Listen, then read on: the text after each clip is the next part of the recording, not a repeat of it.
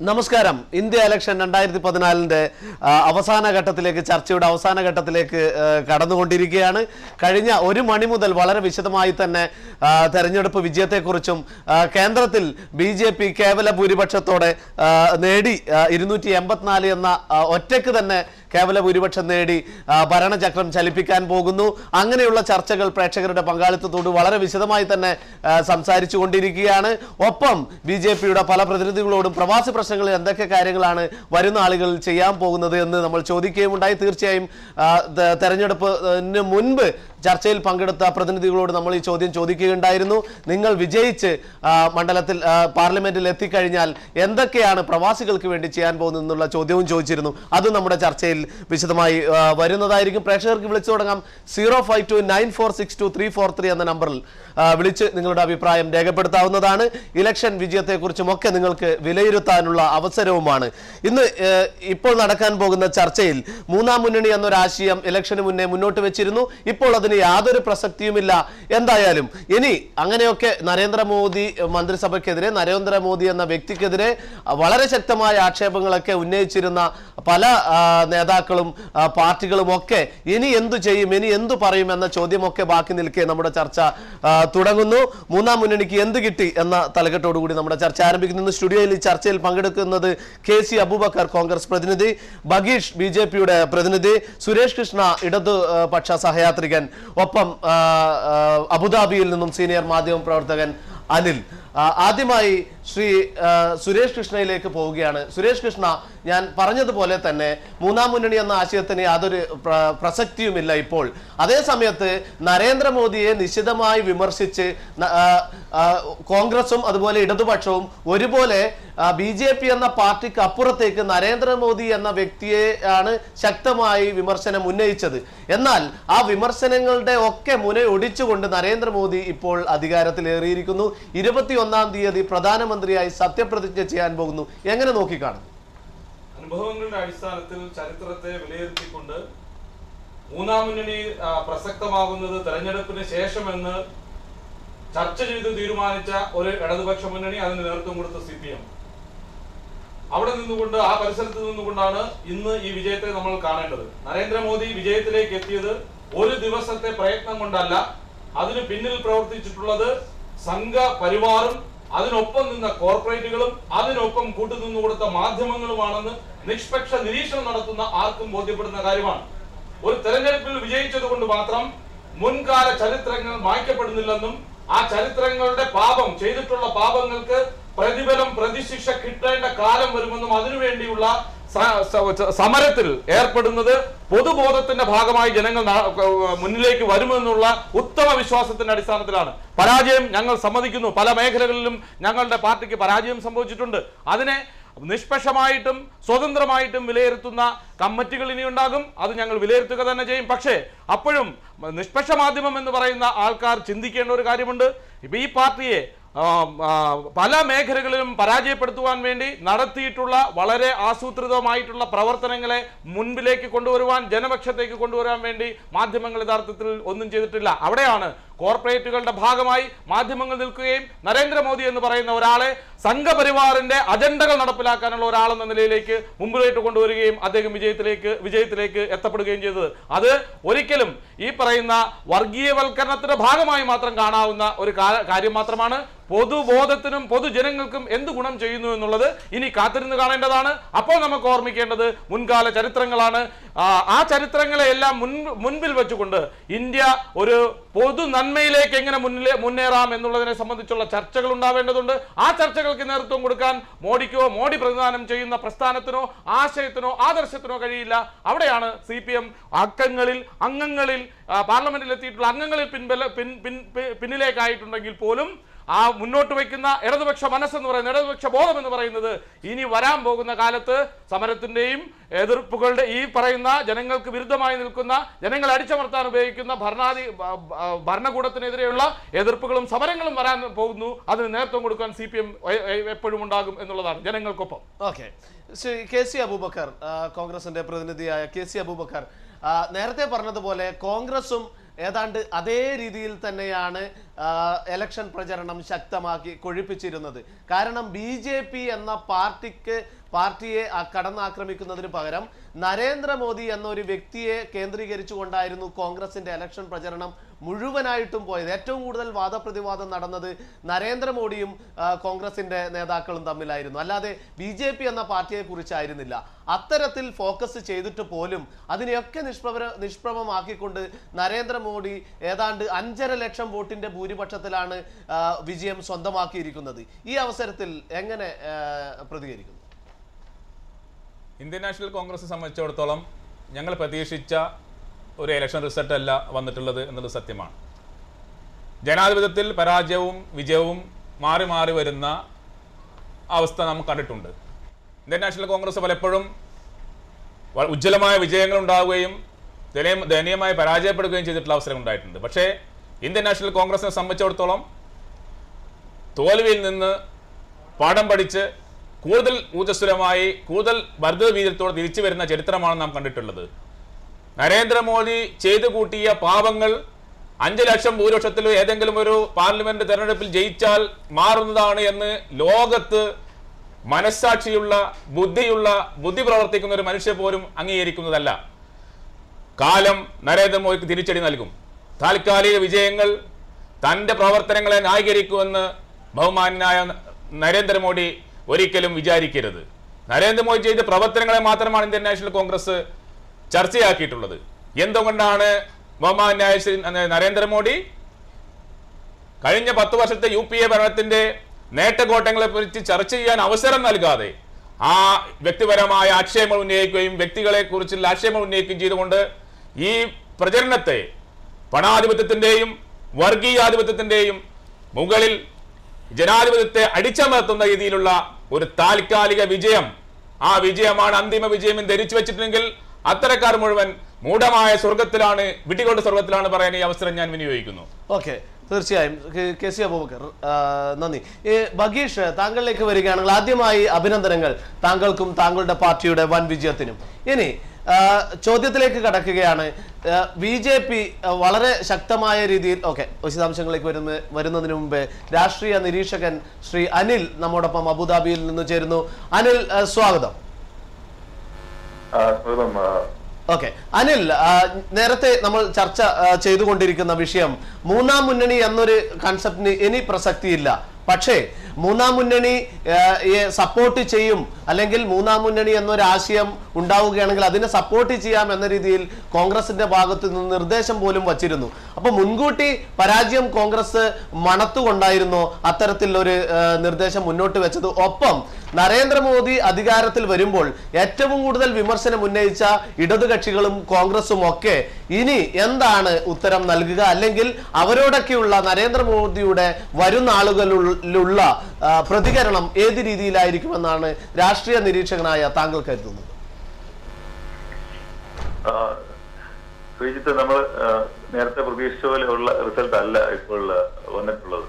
നമുക്കറിയാം, ഇന്ന് ഉച്ചയ്ക്ക് ശേഷം ഡൽഹിയിൽ നടക്കാൻ പോകുന്ന കുതിര കച്ചവടങ്ങളെ കുറിച്ച് ഏറെ പ്രതീക്ഷയോടെ നോക്കിക്കണ്ടിരുന്ന മുന്നണികളും രാഷ്ട്രീയ പ്രസ്ഥാനങ്ങളുമാണ് ഉണ്ടായിരുന്നത്. പക്ഷെ അങ്ങനെയുള്ള എല്ലാ കുതിര കച്ചവടങ്ങളെയും അപ്രസക്തമാക്കുന്ന ഒരു മാൻഡേറ്റ് ആണ് BJPക്ക് ജനങ്ങൾ നൽകിയിരിക്കുന്നത്. പ്രത്യേകിച്ച് അത് നരേന്ദ്രമോദിക്ക് ലഭിച്ച ഒരു മാൻഡേറ്റ് എന്ന് തന്നെ പറയണം. BJPയിൽ തന്നെ ഉള്ള സുഷമ സ്വരാജ് അടക്കമുള്ളവരെ ഇനി നിലക്ക് നിർത്താനും മോദിക്കാകും എന്നുള്ളതാണ് അതിനകത്ത് ഏറ്റവും പ്രസക്തമായ ഒരു കാര്യം. ഇവിടെ നമ്മൾ മൂന്നാം മുന്നണി എന്നുള്ള കാര്യം ചർച്ച ചെയ്തപ്പോൾ പറഞ്ഞിരുന്ന കാര്യം, മൂന്നാം മുന്നണിക്ക് ഏറെ പ്രസക്തി, ഒരു മൂന്നാം ചേരിക്ക് ഏറെ പ്രസക്തി ഉണ്ടായിരുന്നു ഈ ഇലക്ഷൻ തുടങ്ങിയ സമയത്തൊക്കെ. പക്ഷെ ഇന്ത്യയിൽ ഇന്നേ വരെ ശക്തമായ ഒരു നേതൃത്വം കൊടുക്കാൻ മൂന്നാം മുന്നണി എന്ന് നമ്മൾ കരുതുന്ന പാർട്ടികൾക്കൊന്നും തന്നെ സാധിച്ചിട്ടില്ല. ഒരു ദേശീയ നയമുള്ള, ദേശീയ അജണ്ട ഉള്ള ഒരു രാഷ്ട്രീയ പ്രസ്ഥാനങ്ങൾ നേതൃത്വം കൊടുക്കുന്ന ഒരു മുന്നണിക്ക് മാത്രമേ മൂന്നാം മുന്നണിക്ക് നേതൃത്വം കൊടുക്കാനാവുള്ളൂ. അങ്ങനെയുള്ള ഒരു ദേശീയ അജണ്ടയുള്ള, ദേശീയ നയമുള്ള ഒരു പാർട്ടി ഇടതുപക്ഷ പ്രസ്ഥാനമാണ് CPM ആണ്. എന്നാൽ CPMന്റെ കാര്യം ഈ ഇലക്ഷനോടുകൂടി വളരെ ദയനീയമായ ഒരു സ്ഥിതിയിലേക്കാണ് പോയിരിക്കുന്നത്. കേരളം അടക്കമുള്ള സ്ഥിതിയിലേക്ക്. കേരളത്തിലും നമ്മൾ പ്രതീക്ഷിച്ച വിജയമൊന്നും ഇടതുപക്ഷത്തിന് ലഭിച്ചില്ല. 20 സീറ്റിൽ 5 സീറ്റിൽ അവര് പുറത്തുനിന്ന് ആളെ നിർത്തേണ്ട സ്ഥിതി പോലും വന്നിട്ടുണ്ട്. അതിൽ തന്നെ 2 പേര് ജയിച്ചു എന്നുള്ള സ്ഥിതിയിലേക്കാണ് അവരുടെ കാര്യങ്ങൾ വന്നത്. അപ്പോൾ അങ്ങനെയുള്ളൊരു നേതൃത്വം കൊടുക്കാൻ, ദേശീയ നേതൃത്വം കൊടുക്കാനുള്ള ഒരു മുന്നണിക്ക് ദേശീയ നേതൃത്വം കൊടുക്കാനുള്ള ഒരു കക്ഷി ഇല്ലാതെ വന്നു തന്നെയാണ് മൂന്നാം മുന്നണി എന്നുള്ള ആശയം പ്രസക്തമാക്കിയത്. നമുക്കറിയാം അതില് ഇപ്പോൾ ഏറ്റവും വലിയ കക്ഷികളിൽ മൂന്നാമത്തെ കക്ഷിയാവുന്ന അണ്ണാ DMK, തൃണമൂൽ കോൺഗ്രസ്, അതുപോലെ തന്നെ നവീൻ പട്നായിക്കിന്റെ നേതൃത്വത്തിലുള്ള പാർട്ടികൾ, NCP, തെലങ്കാന രാഷ്ട്ര സമിതി, ഇങ്ങനെയുള്ളവരെല്ലാം കൂടെ ചേർന്ന് കഴിഞ്ഞാൽ വലിയൊരു നമ്പർ തികയ്ക്കാമെന്നാണ് ഇവരുടെ പ്രതീക്ഷ ഉണ്ടായത്. പക്ഷെ നമുക്കറിയാം സംസ്ഥാന രാഷ്ട്രീയത്തിൽ നിന്ന് ഒരിക്കലും മാറി നിൽക്കാൻ താല്പര്യമുള്ളവരല്ല ഇവരാരും. തമിഴ്നാട്ടിൽ നിന്ന് ജയലളിത ഒരിക്കലും മാറി നിന്നിട്ട് കേന്ദ്രത്തിൽ ഒരു പ്രധാനമന്ത്രിയായി മാറുമെന്ന് നമുക്ക് പ്രതീക്ഷിക്കാൻ പറ്റും. മാത്രമല്ല അങ്ങനെയുള്ള രാഷ്ട്രീയ പാർട്ടികൾക്ക് അങ്ങനെയുള്ള ഈ പറയുന്ന മമതാ ബാനർജി, ജയലളിത അങ്ങനെയുള്ള പാർട്ടികൾക്കൊന്നും തന്നെ അവരുടെ സങ്കുചിത താല്പര്യങ്ങൾ, അവരുടെ സംസ്ഥാന താല്പര്യങ്ങൾക്ക് അപ്പുറത്തൊരു താല്പര്യവുമില്ല. അവരേറ്റവും അവസാനം നമ്മളിപ്പോൾ സംഭവിച്ച ഒരു കാര്യം, മോഡിക്ക് ഒരുപക്ഷെ പിന്തുണ കൊടുത്തേക്കും എന്നുള്ള രീതിയിൽ ഒരു രാജ്യസഭാ അംഗം അഭിപ്രായം പറഞ്ഞപ്പോൾ തന്നെ അണ്ണാ DMK അവരെ പുറത്താക്കാനുള്ള കാരണം എങ്ങനെ ഈ ഇലക്ഷൻ റിസൾട്ട് വരും അതനുസരിച്ച് തീരുമാനമെടുക്കാം എന്നുള്ള ഒരു ചാഞ്ചാട്ടം ഇവർക്കൊക്കെ ഉള്ളതുകൊണ്ടാണ്. അപ്പൊ അങ്ങനെ ചാഞ്ചാട്ടമുള്ള അല്ലെങ്കിൽ അവസരവാദികളായി മാറുന്ന കുറെ രാഷ്ട്രീയ പ്രസ്ഥാനങ്ങൾ മാത്രമാണ് ഈ മൂന്നാം മുന്നണിക്കകത്ത് ഇപ്പോൾ നിലവിലുള്ളത്. അതുകൊണ്ട് തന്നെയാണ് മൂന്നാം മുന്നണിയുടെ പ്രസക്തി, മൂന്നാം മുന്നണി എന്നൊരു ആശയം പൂവിടരാത്തതും. ശരിക്കും CPM-ന്റെ നേതൃത്വത്തിൽ അങ്ങനെ ഒരു ദേശീയ നയങ്ങളോട് ഒരു നയങ്ങൾ ഉണ്ടാക്കി, ദേശീയ അജണ്ട ഉണ്ടാക്കി ഒരു മൂന്നാം മുന്നണി ഉണ്ടാക്കിയാണ് തീർച്ചയായും അവർക്ക് ഇന്ത്യയിൽ ശക്തമായി പ്രവർത്തിക്കാനാവും. പ്രത്യേകിച്ച് ഇങ്ങനെയുള്ള സംസ്ഥാനങ്ങൾ നമുക്കറിയാം, മഹാരാഷ്ട്രയിൽ 48 സീറ്റുണ്ട്, തമിഴ്നാട്ടിൽ 39 സീറ്റുണ്ട്, ഉത്തർപ്രദേശിലാണെങ്കിലും ബംഗാളിലാണെങ്കിലും ഒക്കെ ഏറെ സീറ്റുകളുള്ള മുന്നണിയാണ്. ആ മുന്നണി രാഷ്ട്രീയ പ്രസ്ഥാനങ്ങളാണ്. അവർക്ക് ഒന്നിച്ചാൽ തീർച്ചയായിട്ടും ഇന്ത്യയിൽ ശക്തമായി പ്രവർത്തിക്കാനാവും. ശക്തമായ ഒരു മൂന്നാം മുന്നണി ഉണ്ടാക്കുന്നതിന്, മൂന്നാം ചേരി ഉണ്ടാക്കുന്നതിന് അവർക്ക് സാധ്യമാവും. പക്ഷെ അവർക്ക് നേതൃത്വം കൊടുക്കാൻ ഇന്ന് നിർഭാഗ്യവശാൽ ആരുമില്ല എന്നുള്ളതാണ് അതിന്റെ ഒരു സത്യം. അതുകൊണ്ട് തന്നെയാണ് ഈ മൂന്നാം മുന്നണിക്ക് പ്രസക്തി ഇല്ലാതെ വന്നത്. അതെ, ശരി. എന്തായാലും വളരെ നന്ദി ഈ അവസരത്തിൽ പ്രതികരിച്ചൊരു സീനിയർ മാധ്യമ പ്രവർത്തകനായ അനിൽ ആണ് നമ്മോടിപ്പോൾ പ്രതികരിച്ചത്. ശ്രീ ബഗീഷ്, താങ്കളിലേക്ക് വരികയാണെങ്കിൽ വളരെ മികച്ച വിജയമാണ്, മധുരമുള്ള വിജയം തന്നെയാണ് താങ്കളുടെ പാർട്ടി സ്വന്തമാക്കിയിരിക്കുന്നത്. ഈ അവസരത്തിൽ എങ്ങനെ പ്രതികരിക്കും? തീർച്ചയായും ഭാരതീയ ജനതാ പാർട്ടിയുടെയും നരേന്ദ്രമോദി എന്ന പ്രധാനമന്ത്രി കാൻഡിഡേറ്റിൻ്റെയും ലക്ഷോപലക്ഷം ഭാരതീയ ജനതാ പാർട്ടി സംഘപരിവാർ പ്രവർത്തകരുടെയും അഹോരാത്ര പ്രയത്നത്തിൻ്റെ ഫലമാണ് ഇപ്പോൾ ഇവിടെ കണ്ടിട്ടുള്ളത്. കൂടാതെ 10 വർഷമായി ഇന്ത്യ എന്ന രാഷ്ട്രത്തിനെ ലോകത്തിൻ്റെ മുന്നിൽ ലോകത്തിലെ ഏറ്റവും വലിയ കറപ്ഷനുള്ളൊരു രാജ്യമാക്കി മാറ്റിയ മൻമോഹൻ സിംഗിനെയും കാട്ടുകൊള്ളക്കാരുടെയും അഴിമതിക്കാരുടെയും കെടുകാര്യസ്ഥതയുടെയും പര്യായമായ UPA സർക്കാരിനെ പുറത്താക്കേണ്ടതും ഇവിടുത്തെ രാഷ്ട്രത്തിലെ ജനങ്ങളുടെ ആവശ്യവുമായിരുന്നു. ആ ഒരു വിധിയെഴുത്താണ് ഇന്ന് വളരെ വ്യക്തമായും വളരെ വലിയ മാൻഡേറ്റിൽ നരേന്ദ്രമോദിക്കും ഭാരതീയ ജനതാ പാർട്ടിക്കും ഇവിടുത്തെ ജനങ്ങൾ നൽകിയിട്ടുള്ളത്. ഈ ഒരു ജനവിധിക്ക് ജനങ്ങൾ നൽകിയിട്ടുള്ള ഈ ജനവിധിയെ കണക്കിലെടുത്തുകൊണ്ട് ഇന്ത്യ എന്ന രാജ്യത്തിനെ നഷ്ടപ്പെട്ടിട്ടുള്ള ചൈതന്യം തിരിച്ചെടുത്തുകൊണ്ട് ലോകരാഷ്ട്രങ്ങളുടെ മുന്നിൽ ഒരു അജയ്യ ശക്തിയാക്കുകയാണ് BJP-യുടെയും ഭാരതീയ ജനതാ പാർട്ടിയുടെ പ്രധാനമന്ത്രിയാവാൻ പോകുന്ന നരേന്ദ്രമോദിയുടെയും ലക്ഷ്യം. അതിൽ ഞങ്ങൾ ഒരു മതത്തിനെയോ ഒരു വർഗത്തിനെയോ ഒരു പ്രദേശത്തെയോ അല്ല, ജാതി മത ചിന്തകൾ വർഗ ലിംഗ ചിന്തകൾക്കതീതമായി സബ്കാ സാത്ത് സബ്കാ വികാസ്, ഇതാണ് ഭാരതീയ ജനതാ പാർട്ടിയുടെ മുദ്രാവാക്യം. മോഡിജി തന്നെ പലപ്പോഴും പറഞ്ഞിട്ടുണ്ട്, അദ്ദേഹം പ്രതിനിധാനം ചെയ്യുന്ന ഗുജറാത്തിലെ ജനങ്ങൾക്ക് വേണ്ടിയാണ് അദ്ദേഹം സംസാരിക്കുന്നത്, അല്ലാതെ ഒരു പ്രദേശത്തുള്ള ആൾക്കാർക്ക് വേണ്ടിയോ അല്ലെങ്കിൽ ഒരു വിഭാഗം രാഷ്ട്രീയക്കാർക്ക് വേണ്ടിയോ അല്ലെങ്കിൽ ഒരു വിഭാഗം മതത്തിന് വേണ്ടിയോ അല്ല. ഈ രാഷ്ട്രത്തിൻ്റെ മണ്ണിൻ്റെ മണമുള്ള എല്ലാ ജനങ്ങൾക്കും വേണ്ടി സബ്കാ സാത്ത് സബ്കാ വികാസ്, ഇത് മാത്രമാണ് നരേന്ദ്രമോദിയുടെ മുന്നിലുള്ള വിഷയം. പിന്നെ രണ്ടാമതൊരു കാര്യം, രാഷ്ട്രദ്രോഹികൾക്കും രാഷ്ട്രത്തിനെതിരെ ചിന്തിക്കുന്നവർക്കും ഇത് ഈ ഒരു ഭരണകാലം വളരെ ദുഃഖകരമായിട്ടുള്ളതായിരിക്കും എന്നും കൂടി ഞാൻ ഈ അവസരത്തിൽ ഓർമ്മിപ്പിക്കുകയാണ്. ശ്രീ ബഗീഷ്, ഒരു ചോദ്യം എടുത്ത് ചോദിക്കേണ്ടതുണ്ട്. ഏതു തരത്തിലുള്ള, അതായത് ഇലക്ഷൻ പ്രചരണ സമയത്തും മറ്റുമൊക്കെ പല കാർഡുകളും ജാതി കാർഡുകൾ ഉൾപ്പെടെ പുറത്തെടുത്തുകൊണ്ടുള്ള ഒരു പോരാട്ടമായിരുന്നു നരേന്ദ്രമോദിയുടെ നേതൃത്വത്തിൽ കണ്ടത്. ഇനിയിപ്പോൾ അധികാരം ലഭിച്ചിരിക്കുന്നു, അതും ഭൂരിപക്ഷത്തോടുകൂടി, കേവല ഭൂരിപക്ഷം നേടി തന്നെയാണ് അധികാരം ലഭിച്ചിരിക്കുന്നത്. അപ്പോൾ നേരത്തെ ഇപ്പറഞ്ഞ ഇലക്ഷന്റെ കാലഘട്ടത്തിൽ ഇലക്ഷൻ സമയത്ത് പുറത്തെടുത്ത ആ നയങ്ങൾ തന്നെ ആയിരിക്കുമോ വരുന്ന ആളുകൾ പിന്തുടരാൻ പോകുന്നത്? അതോ ഗുജറാത്തിന്റെ വികസനം എന്ന് പറഞ്ഞ് കുറെ കാര്യങ്ങൾ വികസനപരമായിട്ട് എടുത്തു കാട്ടുകയുണ്ടായി, അത് മുൻനിർത്തിയാണോ ഇനി മുന്നോട്ട് പോകാൻ ഉദ്ദേശിക്കുന്നത്? തീർച്ചയായും നരേന്ദ്രമോദി ആദ്യമേ തൊട്ട് പറഞ്ഞു വരുന്നത് ഗുജറാത്തിന്റെ വികസനം, ആ വികസന മോഡൽ ഇന്ത്യക്ക് ആവശ്യമാണ് എന്നാണ്. ഇവിടെ ജാതീയ കാർഡും മതപരമായ കാർഡുകളും കളിച്ചത് മോഡി എന്ന അധികായകനെ എതിർക്കാൻ വേണ്ടി. ഇവിടുത്തെ നൂറുകണക്കിന് പാർട്ടികളാണ്, കോൺഗ്രസും CPM-ഉം CPI-യും സമാജ്വാദി പാർട്ടിയും RJD-യും ADMK-യും, അങ്ങനെ വിരലിൽ എണ്ണാൻ പറ്റാത്ത എത്ര പാർട്ടികൾ മോഡി എന്നൊരു BJP-യുടെ സ്ഥാനാർത്ഥിക്കെതിരെ ആക്ഷേപങ്ങളും അധിക്ഷേപങ്ങളും അവഹേളനങ്ങളും തുടർന്നപ്പോൾ ഇവിടുത്തെ ജനം അതിനെതിരെ വിധിയെഴുത്താണ്. ആ വിധിയെഴുത്ത് ഇവിടുത്തെ രാഷ്ട്രീയ പാർട്ടികൾ, പ്രത്യേകിച്ച് CPM-ഉം കോൺഗ്രസും അടക്കമുള്ള രാഷ്ട്രീയ കക്ഷികൾ മനസ്സിലാക്കണം. വ്യക്തിഹത്യ നടത്തിയും കുപ്രചരണങ്ങൾ നടത്തിയും BJP-യെ തകർക്കാൻ പറ്റുകയില്ല എന്ന് തന്നെയാണ് ഇതിൻ്റെ അർത്ഥം. ഓക്കെ, ശ്രീ സുരേഷ് കൃഷ്ണ, താങ്കൾ നേരത്തെ നമ്മൾ ചർച്ച ചെയ്തുകൊണ്ടിരിക്കുന്നത് പോലെ ഇടതുപക്ഷത്തിന്റെ വിജയ ശതമാനവും അതുപോലെ പശ്ചിമ ബംഗാളിലും മറ്റുമൊക്കെ ഉണ്ടായ വിജയത്തിലൊക്കെ ഉണ്ടായ കാര്യങ്ങളൊക്കെ നമ്മുടെ ശ്രദ്ധയിൽപ്പെട്ടതാണ്.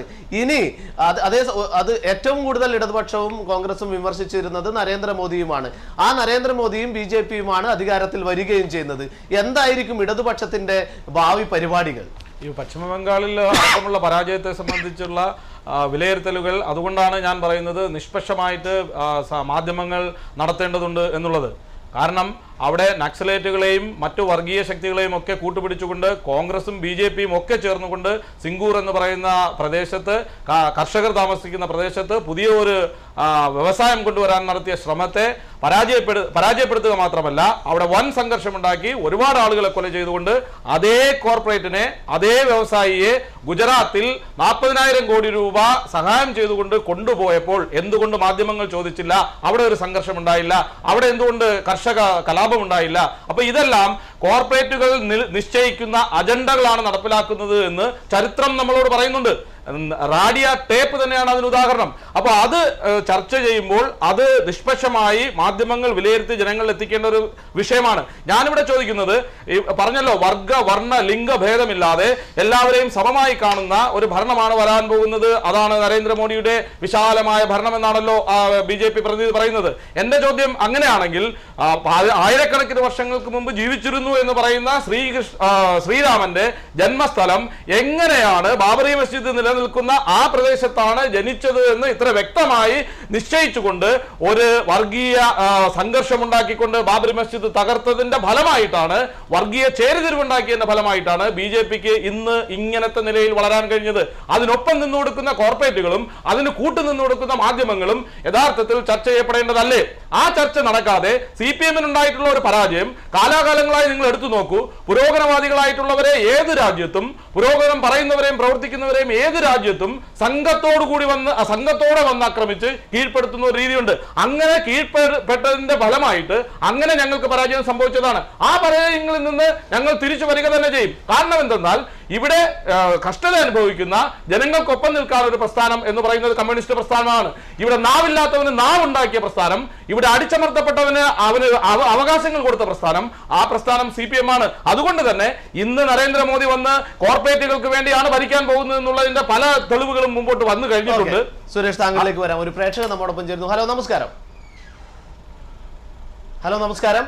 ഹലോ, നമസ്കാരം. ആരാണ് സംസാരിക്കുന്നത്? എന്റെ പേര് ആരിഫ് മുഹമ്മദ്. ഓക്കെ, തെരഞ്ഞെടുപ്പ് ഫലങ്ങളെയും മറ്റും എങ്ങനെ വിലയിരുത്തുന്നു താങ്കൾ? കേരളത്തിൽ ഉമ്മൻചാണ്ടിന്റെ ഭരണത്തിൽ നല്ല വിജയമാണ്. ഹലോ, പറയൂ, കേൾക്കാം. ഈ ബഗീഷ് എന്താണ് അവിടെ വന്നിട്ട് കുറക്കുന്നത്? ഒരു പഞ്ചായത്തിൽ ഒരു 10 വോട്ട് കിട്ടാത്ത BJPന്റെ ബഗീഷാണ് നിങ്ങൾ ഇരുത്തുന്നത് അവിടെ. ഹലോ, പറയൂ, കേൾക്കാം, താങ്കൾക്ക് തുടരാം.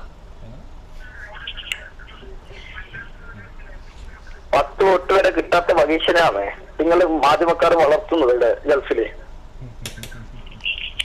ഹലോ, ഓക്കെ, താങ്കളുടെ ലൈനിൽ ചില തടസ്സങ്ങളുണ്ടെന്ന് തോന്നുന്നു. താങ്കളിലേക്ക് തിരിച്ചു വരാം. ശ്രീ സുരേഷ് കൃഷ്ണ, താങ്കൾക്ക് തുടരാം. അപ്പോൾ അതുകൊണ്ട് ഇതുപോലുള്ള വിശ്വാസങ്ങളെ ചൂഷണം ചെയ്തുകൊണ്ട് ജനങ്ങളിൽ മതവികാരം വളർത്തിക്കൊണ്ട് വർഗീയ വികാരം ഉണർത്തിക്കൊണ്ട് എങ്ങനെയാണ് ഒരു നിഷ്പക്ഷമായ ഭരണം, എല്ലാവരെയും സമമായി കണ്ടുകൊണ്ടുള്ള ഒരു ഭരണം മുമ്പോട്ട് കൊണ്ടുപോകാൻ കഴിയുക? അതുകൊണ്ട് തന്നെ അവരുടെ പ്രകടന പത്രിക വ്യക്തമാണ്. ജനങ്ങളിൽ ഈ തെരഞ്ഞെടുപ്പ് ഫലം വന്നതിന് ശേഷം സ്വതന്ത്രമായി ചിന്തിക്കുന്നവരെ സംബന്ധിച്ചിടത്തോളം, ഈ നാട് മതേതരത്വ മൂല്യങ്ങൾ കാത്തു സൂക്ഷിക്കണമെന്ന് ചിന്തിക്കുന്നവരെ സംബന്ധിച്ചിടത്തോളം ആശങ്കയിലാണ്. ഒരു മൗനം, ഒരു മൗനം നിലനിൽക്കുന്നു എന്നുള്ളതാണ് സത്യം. വിജയം ആഘോഷിക്കുന്നത് BJP-ക്കാർ മാത്രമാണ്. വർഗീയവാദികളായി നിലനിന്നുകൊണ്ട് ഈ രാജ്യത്തിന്റെ ഭരണചക്രം തിരിക്കാൻ വേണ്ടി കടന്നു വന്നിരിക്കുന്നത് സംഘശക്തികളുടെ, അതായത് RSS അടക്കമുള്ള സംഘശക്തികളുടെ അജണ്ട നടപ്പിലാക്കാനുള്ള ഒരു ഉപകരണം മാത്രമായി നരേന്ദ്രമോദി മാറുമ്പോൾ അതിന്റെ പിന്നിൽ അണിനിരക്കുന്നത് കോർപ്പറേറ്റുകളാണ്. അതിന് ഉദാഹരണമാണ് ഞാൻ നേരത്തെ സൂചിപ്പിച്ചത്. ഗുജറാത്ത് എന്ന് പറയുന്ന സംസ്ഥാനത്ത് ഒരു ജില്ലയുടെ 600 ഏക്കറോളം കൃഷിഭൂമി പുതിയ ഒരു കോർപ്പറേറ്റിന് എഴുതി കൊടുത്തിട്ട് ആ ജില്ലയിലുള്ള പാവപ്പെട്ട കർഷകർ നടത്തിയ, കോടതിയിലടക്കം നടത്തിയിട്ടുള്ള ഇടപെടലുകൾ പരാജയപ്പെടുകയും അവരുടെ ശബ്ദം വെളിയിൽ വരാതിരിക്കുകയും ചെയ്യുന്ന ഗുജറാത്ത് വികസന മോഡലാണ് യഥാർത്ഥത്തിൽ ഇന്ത്യയിൽ ഇനി നടപ്പിലാക്കാൻ പോകുന്നത്. ഓക്കെ, സുരേഷ് കൃഷ്ണ, താങ്കളിലേക്ക് വരാം. ശ്രീ ബഗീഷ്, താങ്കൾ അതിന് മറുപടി നൽകേണ്ടതുണ്ട്. അതിനു മുൻപ് KC അബൂബക്കറിലേക്ക് ഞാൻ വരികയാണ്. കോൺഗ്രസ് തന്നെ ഇലക്ഷൻ നടക്കുന്ന സമയത്ത്, ഇലക്ഷൻ നടന്നുകൊണ്ടിരിക്കുന്ന സമയത്ത് പറഞ്ഞ ഒരു കാര്യമുണ്ട്. മൂന്നാം മുന്നണി എന്നൊരു കൺസെപ്റ്റ് വരികയാണെങ്കിൽ വേണമെങ്കിൽ അതിനെ പിന്തുണക്കാം എന്ന രീതിയിൽ ഒരു വാക്ക് പറയുകയുണ്ടായി. അതായത് കോൺഗ്രസ് ആ സമയത്ത് എക്സിറ്റ് പോൾ ഫലങ്ങൾ വരുന്നതിന് മുൻപേ തന്നെ പരാജയം മണത്തിരുന്നു എന്നാണോ അതുകൊണ്ട് അർത്ഥമാക്കുന്നത്? അല്ലല്ല, അത് ഇന്ത്യൻ കോൺഗ്രസിന്റെ ഏതോ ഒരു നേതാവ് പറഞ്ഞ ഒരു വാക്കിൽ പിടിച്ചുകൊണ്ട് മൂന്നാം മുന്നണിയെ കോൺഗ്രസ് പിന്തുണക്കും എന്ന് പറയുന്നതിൽ അർത്ഥമില്ല. ഔദ്യോഗികമായി തന്നെ ഇന്ത്യൻ നാഷണൽ കോൺഗ്രസിന്റെ വൈസ് പ്രസിഡന്റ് രാഹുൽ ഗാന്ധി അത് പറഞ്ഞിരുന്നു. ഇന്ത്യൻ നാഷണൽ കോൺഗ്രസ് അങ്ങനെ ഏതെങ്കിലും ഒരു വ്യക്തമല്ലാത്ത, ഒരു നയമില്ലാത്ത ഒരു കുറെ ആളുകളുടെ ആൾക്കൂട്ടമായ കുറെ ആളുകളെ പിന്തുണച്ച് അത് നിലനിൽക്കാത്തൊരു അവസരം മുമ്പ് ഉണ്ടായിട്ടുണ്ട്. അത്തരം സാഹചര്യത്തിലേക്ക്, ഒരു അനിശ്ചിതത്വത്തിലേക്ക് കൊണ്ടുവരാൻ ഞങ്ങൾ താല്പര്യപ്പെടുന്നില്ല എന്ന് പറഞ്ഞിട്ടുണ്ട്. ഈ ബഗീർ പറഞ്ഞതിന്റെ ഒരു ചെറിയ കാര്യങ്ങൾ പറയാൻ ഞാൻ ആഗ്രഹിക്കുകയാണ്. രാജ്യം സുരക്ഷിതത്വത്തിലേക്ക് പോകുന്നു, തീവ്രവാദത്തിനെതിരെ ഞങ്ങൾ പ്രവർത്തിക്കാൻ പോകുന്നു എന്ന് പറയുന്ന ആളുകൾ 5 വർഷം വാജ്പേയി ഭരിച്ചപ്പോഴാണ് ഏറ്റവും കൂടുതൽ ഭീകര ആക്രമണങ്ങൾ ഇവിടെ ഉണ്ടായിട്ടുള്ളത്. കണ്ടഹാറിൽ വിദേശകാര്യമന്ത്രിയാണ് ഒരു തീവ്രവാദിയെ ഫ്ലൈറ്റിൽ കയറ്റി കൊണ്ടുപോയി കൊടുത്ത് ഭീകരവാദികളെ വിട്ടയച്ച ചരിത്രം BJP-യുടെ കാലത്താണ് ഉണ്ടായിട്ടുള്ളത്. ഇന്ത്യയുടെ കുറെ ഭാഗങ്ങൾ പാകിസ്ഥാൻ കയറി പിടിച്ച് കാർഗിൽ യുദ്ധം ഉണ്ടാകേണ്ട അവസ്ഥ ഉണ്ടായത് BJP ഭരിക്കുമ്പോഴാണ്. ഈ BJP-യുടെ നയങ്ങൾ പിന്തുടരുന്ന നരേന്ദ്രമോദി ഭരിക്കുമ്പോഴും ഇത്തരത്തിൽ പല പ്രശ്നങ്ങളും ഉണ്ടാവാനുള്ള സാധ്യത നിലനിൽക്കുന്നു എന്നുള്ളതാണ് സത്യം. അതേപോലെ തന്നെ അഴിമതിയുടെ കാര്യത്തിലാണ് BJP പറയുന്നത്. കഴിഞ്ഞ BJP ഭരിച്ച കാലങ്ങളിൽ അഴിമതിയെ കുറിച്ച് ജനങ്ങൾ മറന്നിട്ടില്ല. അഴിമതി നടത്തിയ പല ആളുകളും തിരിച്ച് പാർട്ടിയിൽ വന്ന് അവരിന്ന് പാർലമെന്റിൽ ജയിച്ചിരിക്കുന്നു. അവർ അഴിമതി ഒരിക്കലും. പക്ഷേ ശ്രീ KC അബൂബക്കർ, അഴിമതിയെ കുറിച്ച് കോൺഗ്രസിന് എങ്ങനെയാണ് ഇത്രയും വാചാലരായി സംസാരിക്കാൻ സാധിക്കുക? 2G, 3G, കൽക്കരി, ഇതിന്റെയൊക്കെ ഒരു കോമൺവെൽത്ത് അഴിമതി, അങ്ങനെ ഇതിന്റെയൊക്കെ ഒരു റിസൾട്ട് ആയിട്ടുള്ള ജനങ്ങളുടെ പ്രതികരണം തെളിയിക്കപ്പെടാത്ത അഴിമതി ആരോപണങ്ങൾ മാത്രമാണ്. അന്വേഷണം നടത്തി കുറ്റപത്രം കോടതി സമർപ്പിച്ചിരിക്കുന്നു. അതേപോലെ തന്നെ ഇന്ത്യൻ നാഷണൽ കോൺഗ്രസ് സംബന്ധിച്ചിടത്തോളം തെറ്റ് ചെയ്തവർ ആരാണെങ്കിലും, ഏറ്റവും ഉന്നതരാണെങ്കിൽ പോലും അവരെ തുറുങ്കിലടക്കാനും കേന്ദ്രമന്ത്രിമാരെ പോലും തുറുങ്കിലടക്കാനുള്ള ഇച്ഛാശക്തി കാണിച്ച ഒരു ഗവൺമെന്റ്, ഈ മുഴുവൻ ആളുകളും ഒരുമിച്ച് ചേർന്നുകൊണ്ട് ഇന്ത്യൻ നാഷണൽ കോൺഗ്രസിനെതിരെ മാധ്യമങ്ങളുടെ സഹായത്തോടെ, സംഘപരിവാറിന്റെ സഹായത്തോടെ ഇന്ത്യൻ നാഷണൽ കോൺഗ്രസിന്റെ ഗവൺമെന്റിനെതിരെ, UPA ഗവൺമെന്റിനെതിരെ നടത്തിയ പ്രചരണത്തിന്റെ ഭാഗമായി വൈകാരികപരമായ മതപരമായ ജനങ്ങളുടെ ആ വൈകാരികത മുതലെടുത്തുകൊണ്ട് ചില സിംബലുകൾ മുന്നിൽ ഗംഗാമാതാവെന്നും രാമനെന്നും അതുപോലെ തന്നെ സിംബലുകൾ മുന്നോട്ട് വെച്ചുകൊണ്ട് ജനങ്ങളുടെ മതവൈകാരികതയുടെ മുതലെടുത്തുകൊണ്ടാണ് താൽക്കാലികമായിട്ടുള്ള വിജയമുണ്ടായിട്ടുള്ളത്. ഈ സത്യം തിരിച്ചറിയുമ്പോൾ ഈ വിജയത്തിന് നിലനിൽപ്പുണ്ടാവില്ല എന്നുള്ളതാണ് സത്യം. ഓക്കെ, അബൂബക്കർ താങ്കളിലേക്ക് വരാം. ശ്രീ ബഗീഷ്, സുരേഷ് കൃഷ്ണയും അബൂബക്കറും ചോദിച്ച ചോദ്യത്തിന്റെ മറ്റൊരു വശം ചോദിക്കുകയാണെങ്കിൽ ഇത്തരത്തിൽ വർഗീയ കാർഡുകൾ അല്ലെങ്കിൽ ജാതി കാർഡുകളൊക്കെ മുന്നോട്ട് വെച്ചായിരിക്കുമോ വരും നാളുകളിലുള്ള ഭരണ നീക്കം, അതോ വികസന കാഴ്ചപ്പാടുകളിൽ മാത്രം മൂന്നിയായിരിക്കുമോ ഭരണ നീക്കം? ആദ്യം സുരേഷ് കൃഷ്ണ പറഞ്ഞ ചോദ്യത്തിന് ഞാൻ ഉത്തരം പറയാം. രാമൻ എന്ന് പറഞ്ഞ ഒരു വ്യക്തി ജീവിച്ചിരുന്നിരുന്നോ എന്ന് ചോദിക്കുന്നു. കൃഷ്ണൻ എന്ന വ്യക്തി ജീവിച്ചിരുന്നിട്ടാണോ കൃഷ്ണന്റെ പേരിൽ ഈ സുരേഷ് കൃഷ്ണ എന്ന് പോലും ചേർക്കുന്നത്? അത് അദ്ദേഹം ആദ്യം തന്നെ അദ്ദേഹത്തിന് ഈ പേരിട്ട ആൾക്കാരോട് ചോദിക്കട്ടെ. അദ്ദേഹത്തിന് ആരാണ്? അല്ലല്ല, രാമനായാലും കൃഷ്ണനായാലും അത് ഇവിടുത്തെ ഭാരതത്തിലെ ഭൂരിപക്ഷത്തിനെ സംബന്ധിച്ചിടത്തോളം അത് വൈകാരികമായിട്ടുള്ള ഒരു ബന്ധം തന്നെയാണ്. അയോധ്യ എന്നുള്ള പേര് അവിടെ ഇട്ടത് BJP RSS അല്ല. രാമന്റെ ജന്മഭൂമി അയോധ്യ എന്ന് പറയുന്നത് ഏത് കൊച്ചുകുട്ടിക്കും ഇന്ത്യയിൽ അറിയാവുന്ന ഒരു കാര്യമാണ്. പിന്നെ തെളിവിന്റെ കാര്യം പറഞ്ഞു.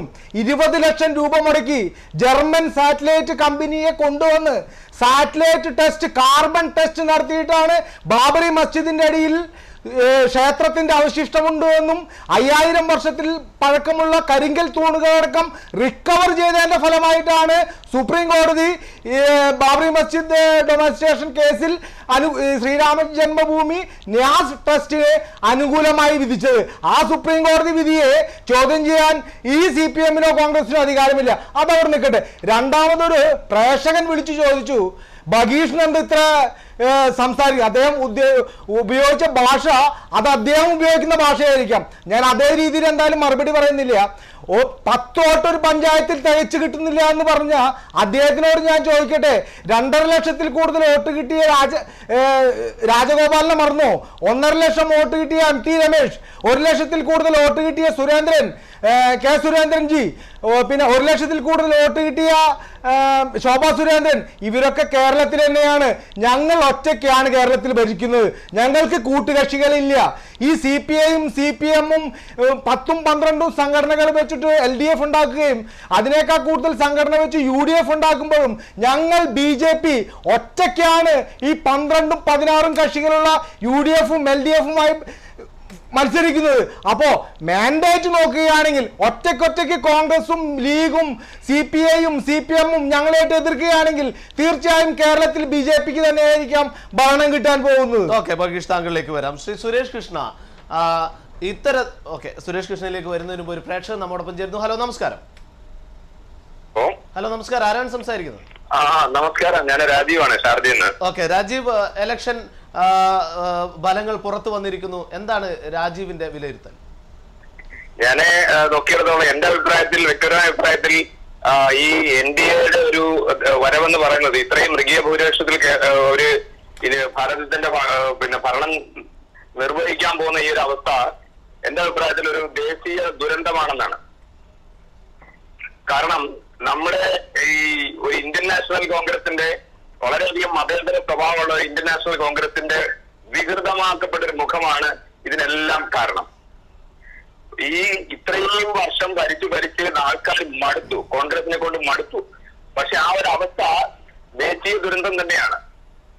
നമ്മുടെ ഈ പിന്നെ മതേതര സ്വഭാവത്തിന് അതിന്റെ കടക്കിൽ കത്തിവെക്കുന്നത് പോലെയാണ് ഈ മോദിയുടെ ഈ പിന്നെ പ്രഭാവം കാണിക്കുന്നത്. അത് ഫലപ്രദമായി കോൺഗ്രസിന്റെ ഈ പരാജയം ഫലപ്രദമായി BJP-ക്ക് ചൂഷണം ചെയ്യാൻ കഴിഞ്ഞു. അതുപോലെ തന്നെ ഭൂരിപക്ഷ സമുദായത്തിന്റെ വികാരം ഇളക്കിവിടാനും ഈ BJP അടക്കമുള്ള പാർട്ടികൾക്ക് കഴിഞ്ഞു എന്നുള്ളതാണ് അവരുടെ താൽക്കാലിക വിജയത്തിന് കാരണം. ഇതൊക്കെ എന്ന് പറഞ്ഞാൽ ഇപ്പൊ തന്നെ പല ഭീകര സംഘടനകളും അവര് കൂടുതൽ വാണിംഗും ഒക്കെ കൊടുത്തിട്ടുള്ള ഒരു അവസ്ഥയാണ് ഇപ്പൊ. അപ്പൊ നമ്മുടെ ഇതൊക്കെ എന്ന് പറഞ്ഞാൽ ഈ ഇന്ത്യൻ നാഷണൽ കോൺഗ്രസിന്റെ പരാജയം എന്ന് പറഞ്ഞത് ഇന്ത്യയുടെ പരാജയമാണ്. അത് നമ്മുടെ കേരളത്തിലെ പ്രബുദ്ധ ജനങ്ങൾ എന്ന് പറയുന്നത് വെറുതെ അല്ല, അവരത് മനസ്സിലാക്കുന്നുണ്ട്. ഞാനൊരു കോൺഗ്രസ്സുകാരനല്ല എങ്കിൽ കൂടി പറയാം. ഓക്കെ, വളരെ നന്ദി വിളിച്ച് പ്രതികരിച്ചതിന്.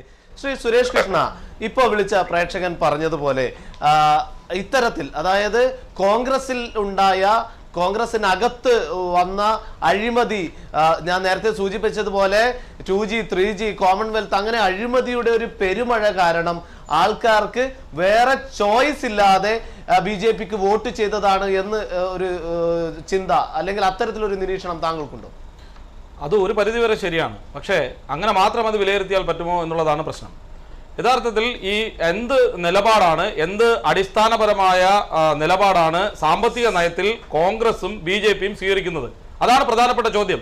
അതാണ് യഥാർത്ഥത്തിൽ സാധാരണ ജനങ്ങളുടെ അടുത്തേക്ക് പോകുന്ന ഉപകാരപ്രദമാകുന്ന കാര്യങ്ങൾ ഉണ്ടാകാൻ പോകുന്നത്. അടിസ്ഥാനപരമായി എന്താണ് സാമ്പത്തിക നയം എന്നുള്ളതിനെ സംബന്ധിച്ചാണ്.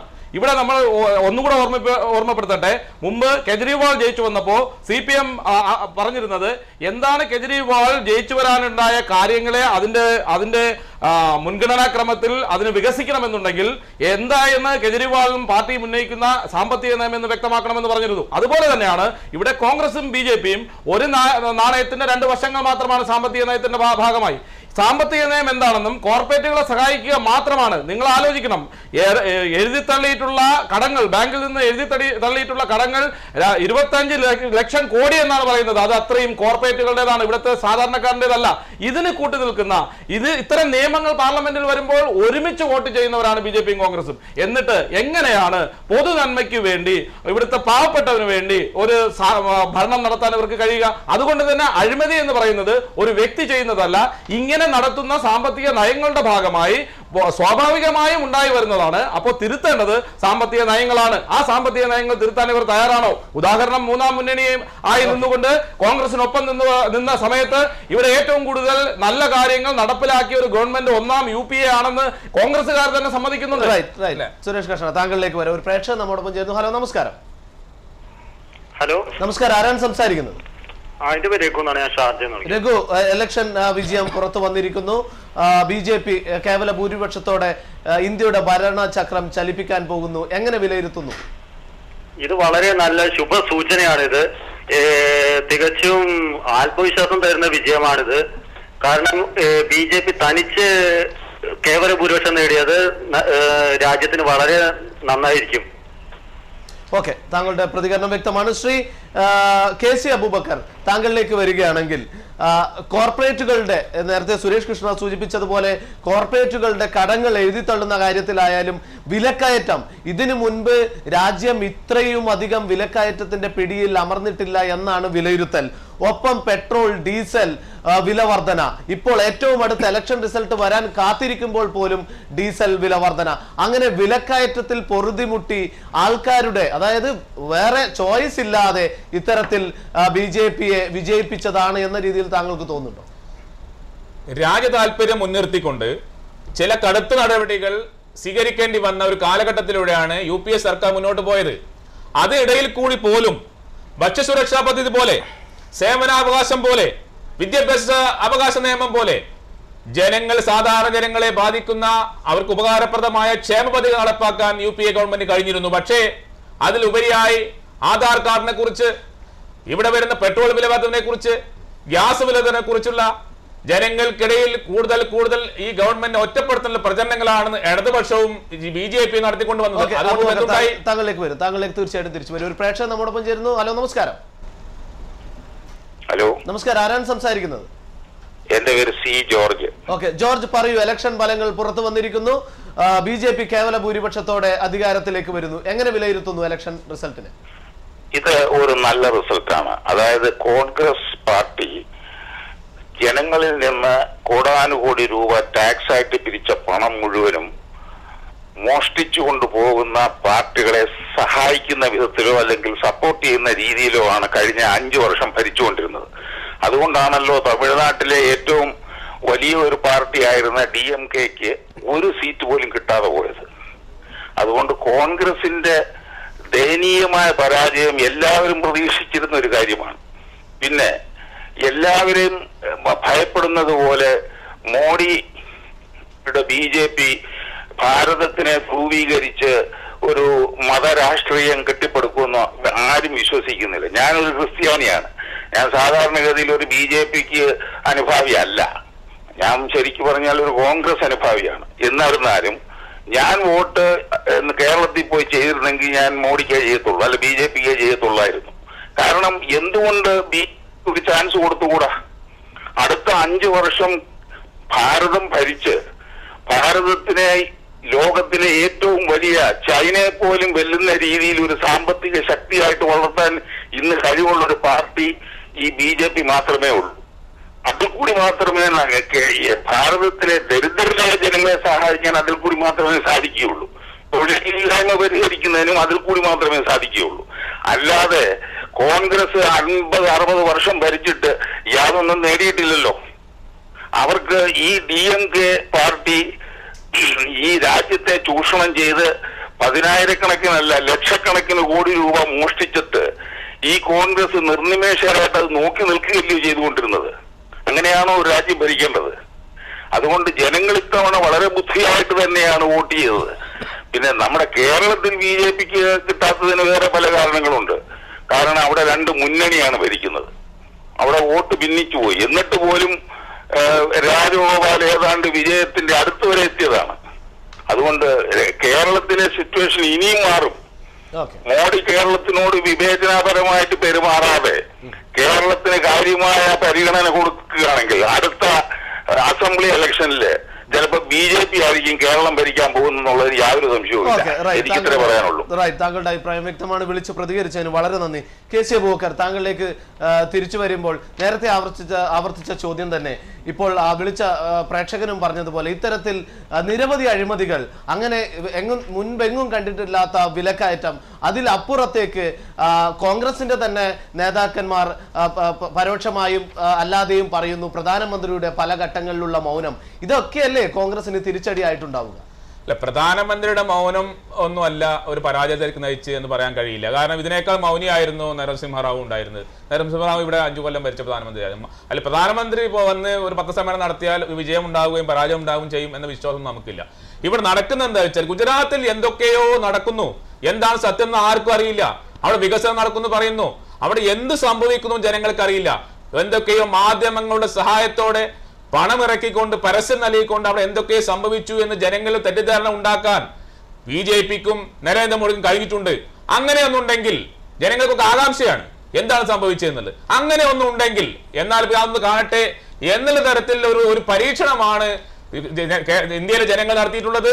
അതിന്റെ യഥാർത്ഥ സത്യം പുറത്തു വരുമ്പോൾ ഈ ജനങ്ങൾ തന്നെ പണ്ട് സംഭവിച്ച ആ തെറ്റുകൾ, പലപ്പോഴും ഇന്ത്യൻ നാഷണൽ കോൺഗ്രസിനോടുള്ള പരിഭവം വരുമ്പോഴാണ് ഇന്ത്യൻ നാഷണൽ കോൺഗ്രസിനോട് ജനങ്ങൾ വിമുഖത കാണിക്കുന്നത്. പക്ഷേ 1 വർഷത്തിനും 6 മാസമോ 1 വർഷമോ കഴിയുന്നതിന് മുമ്പ് തന്നെ പല അവസരങ്ങളിലും 77-ലാണെങ്കിലും 89-ലാണെങ്കിലും പല അവസരങ്ങളിലും അതിനേക്കാൾ ശക്തമായി വർദ്ധിത വീതത്തോടു കൂടി കോൺഗ്രസിനെ തിരിച്ചു വിളിക്കുന്ന കാഴ്ചയാണ് ചരിത്രം ഉണ്ടായിട്ടുള്ളത്. ചരിത്രം ആവർത്തിക്കും എന്ന കാര്യത്തിൽ യാതൊരു സംശയമില്ല. നരേന്ദ്രമോദി കെട്ടിപ്പൊക്കിയ എല്ലാ ചീട്ടുകൊട്ടാരങ്ങളും ഈ ഏതാനും മാസങ്ങൾ ഭരിക്കുന്നതോടുകൂടി ജനങ്ങൾക്ക് ബോധ്യപ്പെടുകയും അത് തകർന്ന് തരിപ്പണമാവുകയും ചെയ്യുന്ന കാര്യത്തിൽ ആർക്കും സംശയം. KC അബൂബക്കർ, താങ്കളിലേക്ക് വരാം. ഒരു പ്രേക്ഷകൻ നമ്മോടൊപ്പം ചേരുന്നു. ഹലോ, നമസ്കാരം. നമസ്കാരം. ആരാണ് സംസാരിക്കുന്നത്? എന്റെ പേര് രവീന്ദ്രൻ. ഓക്കെ, രവീന്ദ്രൻ പറയൂ. ഇലക്ഷൻ ഫലങ്ങൾ പുറത്തു വന്നിരിക്കുന്നു. കേന്ദ്രത്തിൽ BJP കേവല ഭൂരിപക്ഷത്തോടുകൂടി അധികാരത്തിലേക്ക് കയറാൻ പോകുന്നു. എങ്ങനെ വിലയിരുത്തുന്നു ഈ ഇലക്ഷൻ റിസൾട്ടിനെ?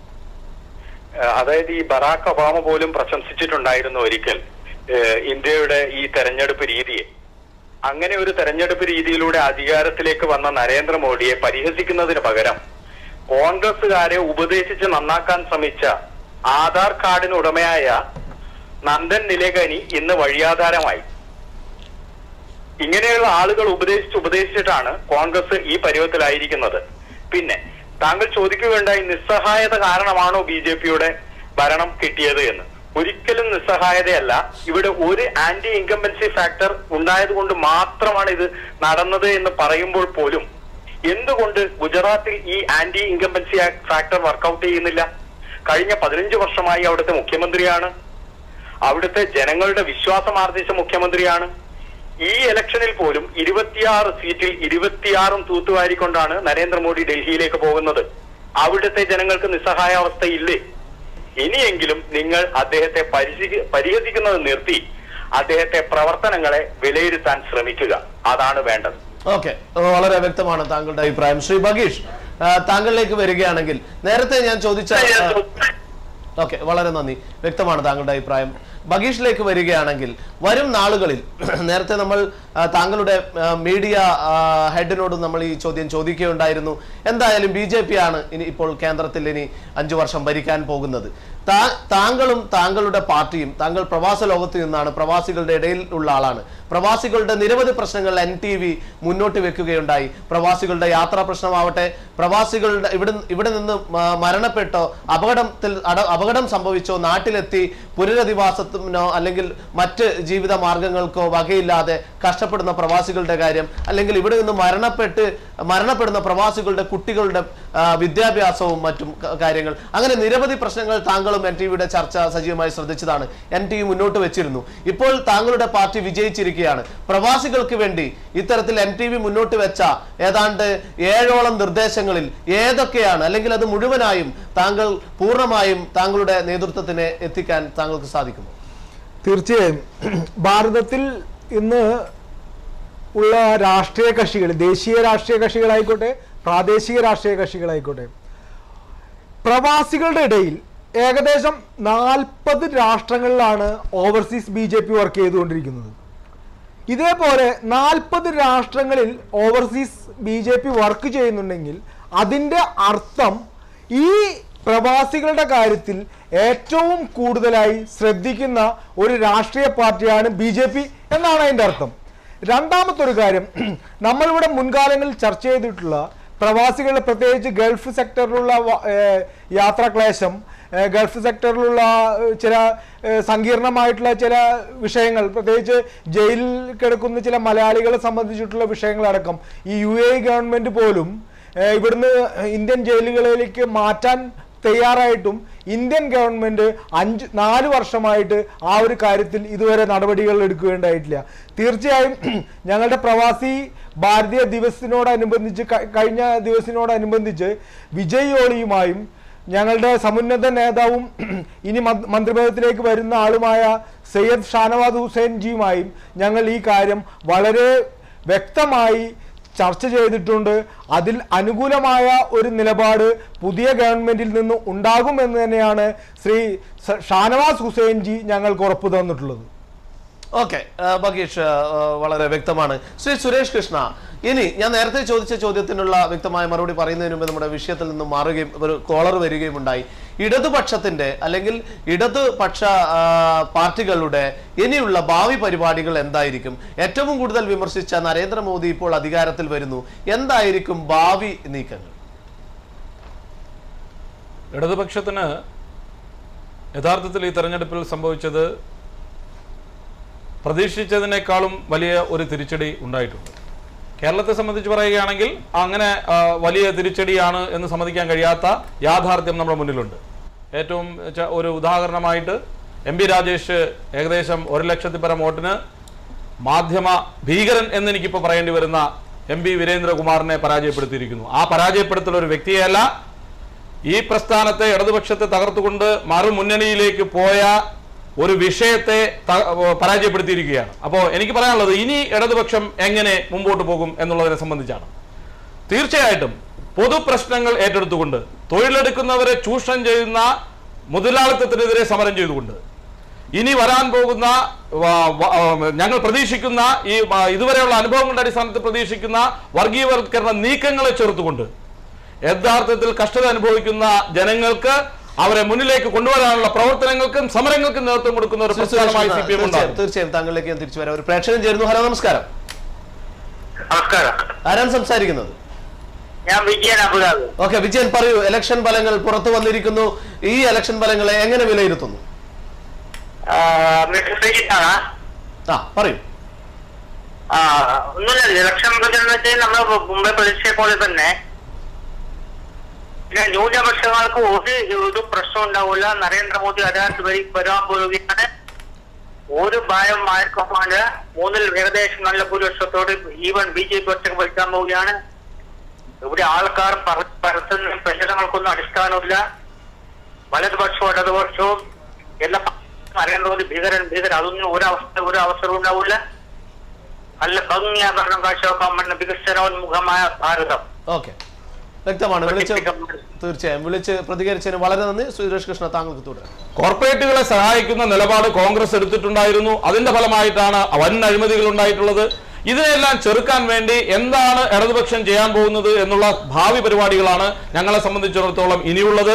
പ്രധാനമായും പറയാനുള്ളത്, ഈ റിലയൻസിന് നമ്മുടെ പ്രകൃതി സമ്പത്ത് ചൂഷണം ചെയ്യാൻ കൊടുത്തിട്ടുള്ള അവകാശം, ഇതിനെതിരെയൊക്കെ ശക്തമായ സമരം നടത്തിയിട്ടുള്ള ഒരു പ്രസ്ഥാനമാണ് ഞങ്ങളുടേത്. ഒന്ന് ചോദിച്ചുകൊള്ളട്ടെ, എന്തുകൊണ്ട് BJP ഭരിച്ചിരുന്ന സംസ്ഥാനങ്ങളിൽ കഴിഞ്ഞ തെരഞ്ഞെടുപ്പുകളെ അപേക്ഷിച്ച് ഈ കഴിഞ്ഞ തെരഞ്ഞെടുപ്പിൽ വോട്ടിംഗ് ശതമാനം കുറഞ്ഞു? ഒരു സംസ്ഥാനങ്ങളിലും പിന്നോക്കം നിൽക്കുന്ന ഒരുപാട് സംസ്ഥാനങ്ങളിലാണ് ഇന്ന് BJP അധികാരം പിടിച്ചെടുക്കാൻ വേണ്ടി അവർക്ക് ഏറ്റവും കൂടുതൽ നമ്പറുകൾ ഉണ്ടായത്. എന്തുകൊണ്ട് അവിടെ ആരോഗ്യ മേഖലയിലും വിദ്യാഭ്യാസ മേഖലയിലും പരിഷ്കാരങ്ങൾ കൊണ്ടുവരാൻ ഗ്രാമങ്ങളിലടക്കം സ്കൂളും കോളേജും ആരോഗ്യ സ്ഥാപനങ്ങളും കൊണ്ടുവരാൻ കഴിയുന്നില്ല? അത് കോർപ്പറേറ്റുകൾക്ക് കൂടുതൽ പ്രാധാന്യം കൊടുക്കുന്ന ഒരു നയം തുടരുന്നത് കൊണ്ടാണ്. അവിടെയാണ് ഞങ്ങളുടെ ഇടപെടൽ നടക്കാൻ പോകുന്നത്. ഇതുവരെ തുടർന്നതുപോലെ തന്നെ പാവങ്ങൾക്കും കഷ്ടപ്പെടുന്നവർക്കും തൊഴിലെടുക്കുന്നവരെ ചൂഷണം ചെയ്യുന്നവർക്കും എതിരെയുള്ള സമരത്തിൽ മുൻപന്തിയിൽ നിന്ന് അവരെ നയിക്കുന്ന ഒരു പ്രസ്ഥാനമായി CPM ഉണ്ടാകും. അംഗബലത്തിൽ ഞങ്ങളുടെ മെമ്പർമാർ പാർലമെന്റിൽ കുറവാണെങ്കിൽ കൂടി ഇടതുപക്ഷ മനസ്സുള്ള ഒരു വിഭാഗം ഇന്ത്യയിലുണ്ട്. ആ വിഭാഗത്തിന് പ്രതിദാനം ചെയ്തുകൊണ്ട് അതിന്റെ മുൻപന്തിയിൽ എല്ലാ ചൂഷണങ്ങൾക്കും, എല്ലാ നിയമ നിഷേധങ്ങൾക്കും, എല്ലാ നീതി നിഷേധങ്ങൾക്കും എതിരെ പൊരുതുന്ന ഒരു വൻ ശക്തിയായി CPM മുന്നിൽ തന്നെ ഉണ്ടാകും. അങ്ങനെ ഒരു മുന്നണി കെട്ടിപ്പടുക്കുന്നതായിരിക്കും ഞങ്ങളുടെ ഇനിയുള്ള പ്രവർത്തനം. ഈ പരാജയം ഒരു ചെറിയ പരാജയം, ഞങ്ങൾ അതിൽ നിന്ന് പാഠം ഉൾക്കൊണ്ടുകൊണ്ട് എന്താണോ ഞങ്ങൾക്ക് മുന്നോട്ട് പോകാൻ, ഈ ജനങ്ങളെ കഷ്ടപ്പെടുന്നവരെ മുന്നിൽ നിർത്തിക്കൊണ്ട് എങ്ങനെയാണോ അവരുടെ അവകാശങ്ങൾ നേടിയെടുക്കാനുള്ള സമരം നടത്തേണ്ടത്, അതായിരിക്കും ഞങ്ങളുടെ ഇനിയുള്ള പ്രവർത്തനം. ഓക്കെ, വ്യക്തമാണ്. KC അബൂബക്കർ നേരത്തെ ചോദിച്ച താങ്കളിലേക്ക് വരുന്നതിന് മുമ്പ് ഒരു പ്രേക്ഷകർ നമ്മോടൊപ്പം ചേരുന്നു. ഹലോ, നമസ്കാരം. ഹലോ, നമസ്കാരം. ആരാണ് സംസാരിക്കുന്നത്? ഞാൻ നിതിനാണ്, ഷാർജയിൽ നിന്ന് വിളിക്കുന്നത്. ഓക്കെ, നിതിൻ പറയൂ. ഇലക്ഷൻ ഫലങ്ങൾ പുറത്തു വന്നിരിക്കുന്നു. BJP കേവല ഭൂരിപക്ഷം നേടി അധികാര ചക്രം ചലിപ്പിക്കാൻ പോകുന്നു. താങ്കൾ എങ്ങനെ വിലയിരുത്തുന്നു ഈ ഇലക്ഷൻ റിസൾട്ടിന്? ഞാൻ ഈ നരേന്ദ്രമോദിയുടെ വിജയത്തെയാണ് പരിശോധിക്കുന്നത്. അദ്ദേഹം ചെയ്ത ഒരു തേരോട്ടം തന്നെയാണ് ഈ വിജയത്തെ ഞാൻ തിളക്കം കാണിക്കുന്നത്. ഓക്കെ, താങ്കളുടെ അഭിപ്രായം വ്യക്തമാണ്. വിളിച്ച് പ്രതികരിച്ചതിന് നന്ദി. ശ്രീ KC അബൂബക്കർ, ചിദംബരം ഉൾപ്പെടെയുള്ള മറ്റൊരു പ്രേക്ഷകൻ കൂടി ചേരുന്നു. ഹലോ, നമസ്കാരം. നമസ്കാരം. ആരാണ് സംസാരിക്കുന്നത്? എന്റെ പേര് റോബിൻ. റോബിൻ, ഇലക്ഷൻ ഫലങ്ങൾ പുറത്തു വന്നിരിക്കുന്നു. BJP കേവല ഭൂരിപക്ഷം നേടി അധികാരത്തിലേക്കും എത്തുന്നു. താങ്കൾ എങ്ങനെ നോക്കിക്കാണുന്നു ഈ ഇലക്ഷൻ റിസൾട്ടിനെ? ഈ ഇലക്ഷനില് ശരിക്കും UPA ഉണ്ടായ തിരിച്ചടി, ചില കാര്യങ്ങള്, ചില പാകപ്പിഴകള് UPA സംഭവിച്ചു. അതുകൊണ്ടുണ്ടായ ഒരു തിരിച്ചടിയാണ്. പിന്നെ നരേന്ദ്രമോദി ഒരു ശക്തമായ ഒരു ക്യാമ്പയിൻ നടത്തി. അതിന്റെ ഒരു വേവ് മൂലം നരേന്ദ്രമോദി വ്യക്തമായ ഭൂരിപക്ഷത്തോടെ അധികാരത്തിലേക്ക് വന്നിരിക്കുന്നു. അവർ നല്ല രീതിയിൽ കിട്ടിയ മാൻഡേറ്റ് യൂസ് ചെയ്ത് അവർ നല്ല രീതിയിൽ ഒരു ഭരണം കാഴ്ചവെക്കുമെന്ന് നമുക്ക് പ്രതീക്ഷിക്കാം.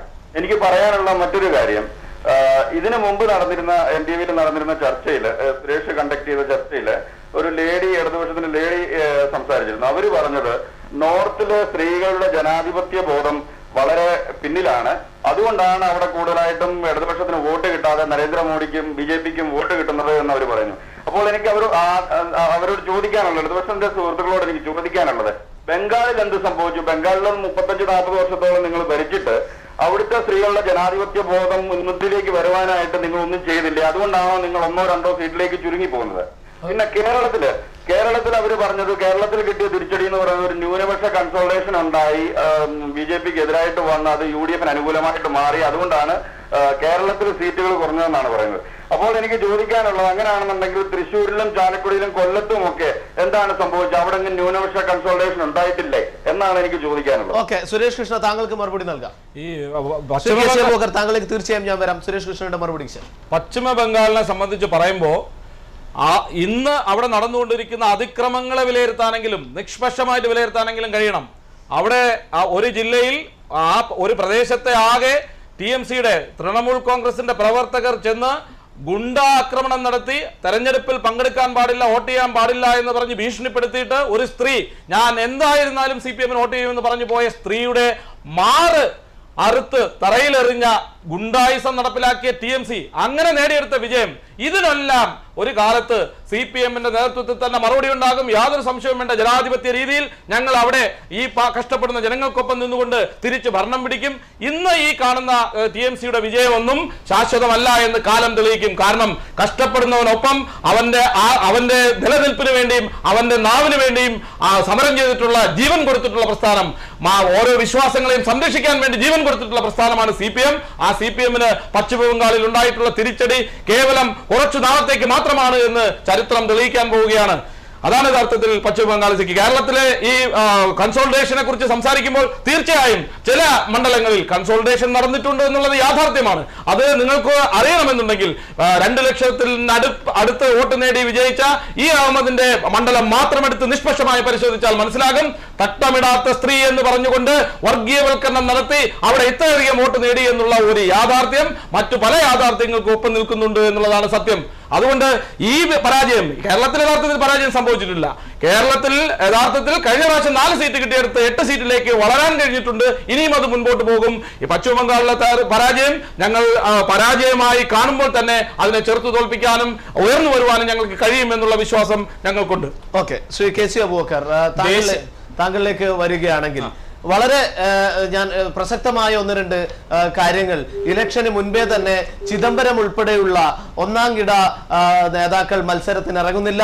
നേരത്തെ താങ്കളുടെ പാർട്ടിക്കകത്തുള്ള ആൾക്കാർ തന്നെ പറയുന്നു പ്രധാനമന്ത്രിയുടെ പല ഘട്ടങ്ങളിലുള്ള മൗനം നമ്മളെയൊക്കെ ഉത്തരം മുട്ടിച്ചു എന്ന് പറയുന്നു. ഒപ്പം പ്രിയങ്ക ഗാന്ധിയുടെ ചില പരാമർശങ്ങൾ, രാഹുൽ തീരുമാനിക്കും ആരാകണം പ്രധാനമന്ത്രി എന്ന്, കോർപ്പറേറ്റ് പീഡന നയങ്ങൾ, അഴിമതി, ഉയർന്നു വന്ന അഴിമതി ആരോപണങ്ങൾ, ഇതൊക്കെ ആയിരിക്കില്ലേ കോൺഗ്രസിനെ തകർത്തിട്ടുണ്ടാവുക? ഈ ഇലക്ഷന് മുമ്പ് തന്നെ ചില ആളുകൾ മത്സരിക്കാൻ തയ്യാറാകാത്ത ചില ആളുകൾ ഉണ്ടാവുകയും ചില ആളുകൾ പാർട്ടി മാറിപ്പോവുകയൊക്കെ ചെയ്യുന്ന അവസ്ഥ ഉണ്ടായിട്ടുണ്ട്. അത് എല്ലാ കാലത്തും എല്ലാ പാർട്ടിയിൽ നിന്നും അങ്ങോട്ടും ഇങ്ങോട്ടും പോക്കും വരവൊക്കെ സാധാരണ ഉണ്ടാവാറുണ്ട്. ദേശീയ തലത്തിൽ ഇത്തരത്തിൽ തിരിച്ചടികൾ ഉണ്ടാവുമ്പോൾ തന്നെ സാന്ദർഭികമായി പറയുന്നു, കേരളത്തിൽ ഉണ്ടായിട്ടുള്ള വൻ വിജയം അത് ഒരു വെള്ളിരേഖയായി തന്നെ ഞാൻ കാണുകയാണ്.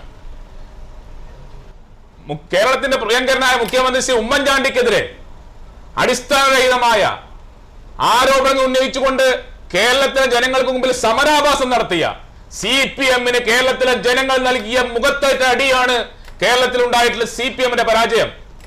CPM പരാജയപ്പെട്ടിരിക്കുകയാണ്. എങ്ങനെ? അവർ പറഞ്ഞ 4 സീറ്റ് കൂടുതൽ കിട്ടിയതാണ്. CPM-ന് 4 സീറ്റ് കൂടുതൽ കിട്ടിയിട്ടുണ്ട്. ഇടുക്കിയിൽ കസ്തൂരിരംഗന്റെ പേരിൽ ഇന്നസെന്റിനെ പോലെ സിനിമാ നടന്റെ മമ്മൂട്ടിയെ മോഹൻലാൽ ഇറക്കിക്കൊണ്ടിരുന്ന വ്യക്തിപരമായ ചില വിജയങ്ങളല്ലാതെ CPM-ന് എണ്ണത്തിൽ എവിടെയാണ് MP-മാർ കൂടിയിട്ടുള്ളത്? ക്ഷമിക്കുക, താങ്കളിലേക്ക് തിരിച്ചു വരാം, തീർച്ചയായും തിരിച്ചു വരാം. ഒരു പ്രേക്ഷകൻ നമ്മോടൊപ്പം ചേരുന്നു. ഹലോ, നമസ്കാരം. ഹലോ, നമസ്കാരം. ഹലോ, നമസ്കാരം. ആരാണ് സംസാരിക്കുന്നത്? എന്റെ പേര് സുബി എന്നാണ്. ഓക്കെ, പറയൂ. ഇലക്ഷൻ ഫലങ്ങൾ പുറത്തു വന്നിരിക്കുന്നു. BJP കേവല ഭൂരിപക്ഷത്തോടുകൂടി ഭരണചക്രം ചലിപ്പിക്കാൻ പോകുന്നു. എങ്ങനെ വിലയിരുത്തുന്നു താങ്കൾ ഈ ഇലക്ഷൻ റിസൾട്ടിനെ? ഒരു കവിതാശകലം ചൊല്ലിക്കൊണ്ടാണ് ഞാനിതിനെ കുറിച്ച് പറയാനുള്ളത്.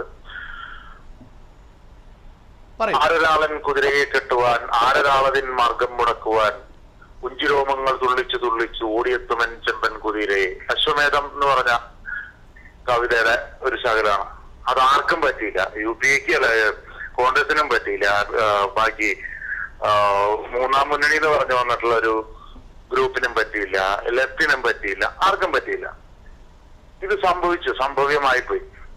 ഇനി വേറൊരു കാര്യം എനിക്ക് പറയാനുള്ളത്, കുറച്ചു നേരത്തെ വളരെ വാചാലമായിട്ട് എന്റെ ലെഫ്റ്റ് കാൻഡിഡേറ്റിന്റെ സൈഡിൽ നിന്നുള്ള ഒരു സുഹൃത്ത് വളരെ രോക്ഷാകുലനായിട്ട് സംസാരിക്കുന്ന കേട്ടു. എനിക്ക് പറയാം, വളരെ വളരെ വളരെ സിമ്പിൾ ആയിട്ട് അദ്ദേഹത്തിനോട് ഒരു ചോദ്യം ചോദിക്കാനുണ്ട്. 2004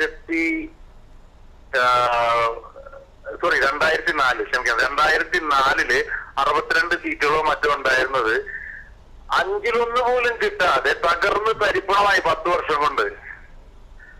ഞങ്ങളവിടെ തിരിച്ചു വരും, ഞങ്ങളവിടെ സ്ത്രീകളുടെ മാരണം കട്ട് ചെയ്ത് മാറ്റുമെന്നാണ് ഞങ്ങൾക്ക് വോട്ട് കിട്ടാണ്ടിരുന്നത്. അങ്ങനെ ആൾക്കാരെ പേടിപ്പിച്ച് നിർത്തിയേക്കണം. എന്താണ് വടക്കൻ കേരളത്തിൽ നടക്കുന്നത്?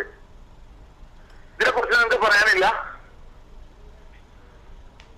എനിക്ക് നേരിട്ട് പരിചയമുള്ള എന്റെ സുഹൃത്തുക്കൾ പറഞ്ഞിട്ടുള്ള അറിവാണ്. 20 കള്ളവോട്ട് ചെയ്ത ഒരു സുഹൃത്ത് എന്റെ കമ്പനിയിൽ വർക്ക് ചെയ്യുന്നുണ്ട്. അദ്ദേഹത്തോട് നേരിട്ട് പറഞ്ഞു, ഞാൻ 20 കള്ളോട്ട് ചെയ്തിട്ടുണ്ട്. ആരോടും പറയരുത് കേട്ടോ, പറഞ്ഞാൽ നാണക്കേടാവും.